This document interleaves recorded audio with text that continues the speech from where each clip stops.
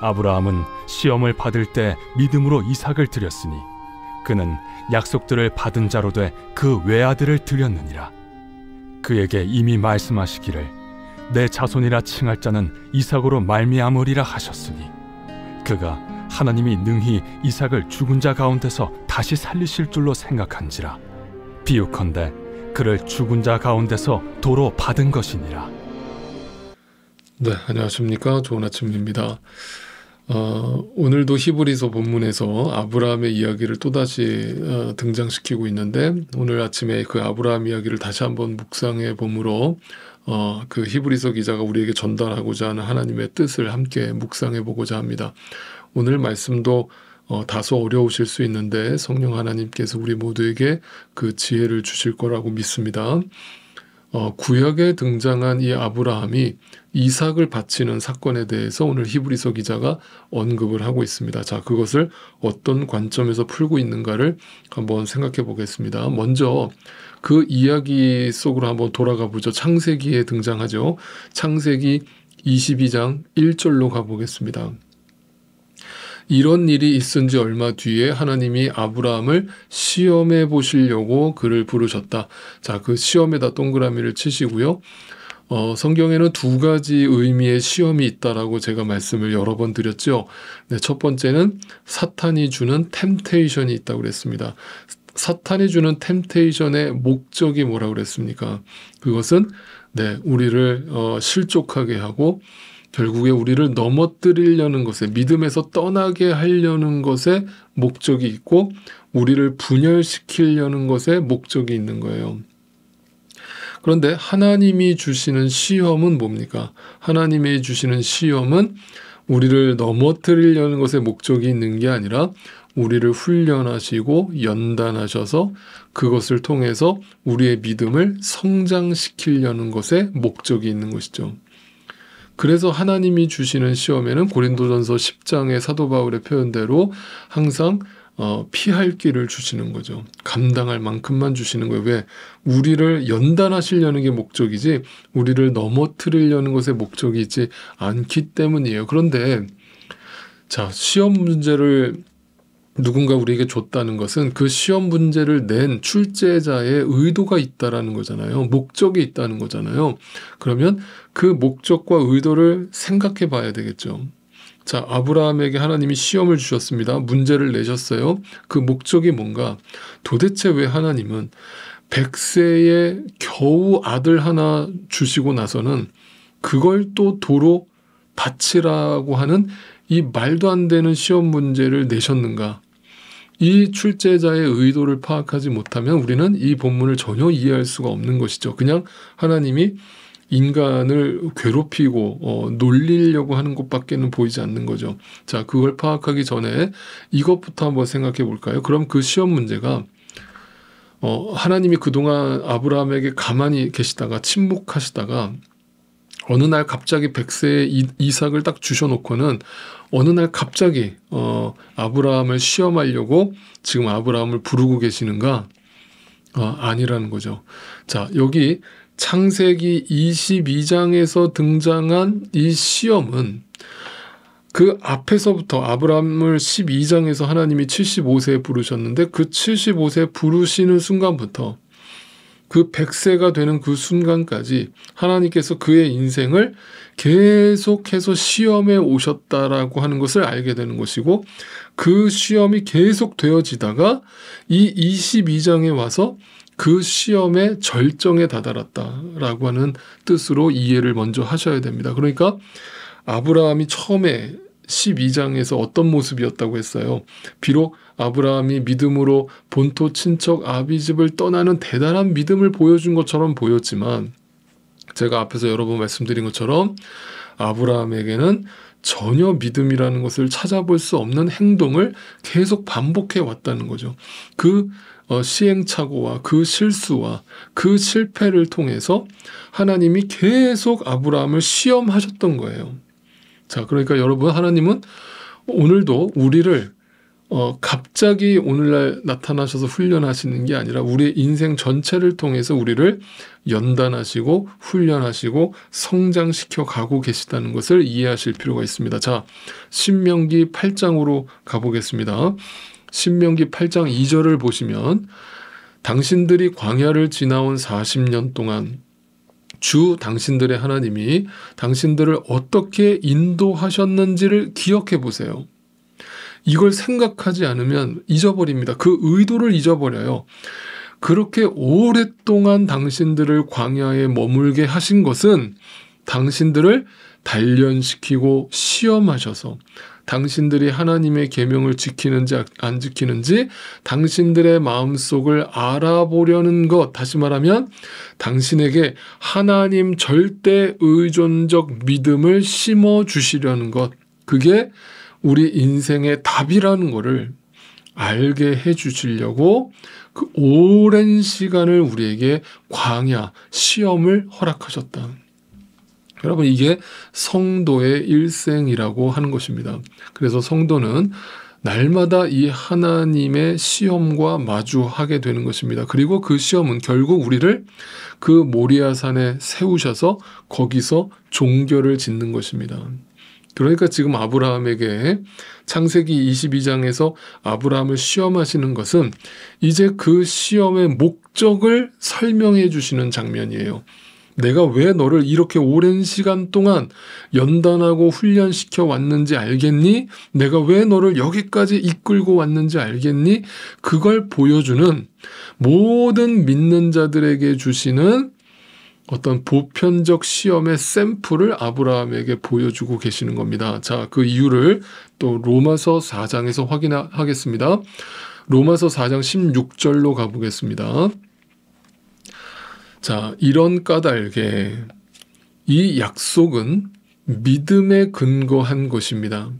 그 믿음은 하나님이 주신 거고 그 약속도 하나님이 주신 거예요. 그것은 하나님께서 아브라함에게 이 약속을 은혜로 주셔서, 믿음을 은혜로 주셔서 이것을 그의 모든 후손에게도, 우리에게도, 곧 율법으로 사는 사람들에게만이 아니라 아브라함이 지닌 믿음으로 사는 사람들에게도, 우리에게도 이 약속을 보장하려고 하는 것입니다.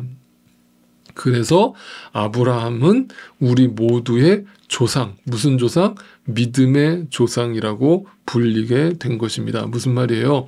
아브라함이 지금 당하고 있는 그 시험이 우리 모든 믿는 자, 후손들, 믿음의 후손들이 결국 다 통과해야 될, 우리가 다 받아야 될 마땅한 시험임을 아브라함을 인생을 통해서 보여준다, 이런 뜻이 되는 겁니다. 그래서 아브라함을 우리 믿음의 조상이라고 부르는 것입니다. 아브라함 자체가 믿음이 훌륭해서 그를 믿음의 조상이라고 부르는 게 아니라 아브라함처럼 우리도 그 믿음의 시험을 통과해야 된다라는 것을 보여주시는 말씀인 거죠. 자, 그래서 아브라함의 이야기는 우리 모든 믿는 자들에게 되게 중요한 본보기가 되고 샘플이 되는 것입니다. 우리는 그 아브라함이 받은 시험을 똑같이 받아야 하고 그걸 통과해야 한다라고 하는 뜻입니다. 여러분, 그러니까 기억하세요. 여러분이 하나님의 자녀라면, 그걸 확신하신다면 하나님은 반드시 여러분을 오늘도 시험하실 것입니다. 그리고 광야로 여러분을 이끌어 가실 겁니다. 누구처럼? 아브라함처럼. 그리고 그 시험이 어떤 시험인가? 이제 그 시험의 의도와 내용을 한번 살펴보겠습니다. 오늘 본문으로 다시 돌아갑니다. 히브리서 11장 17절입니다.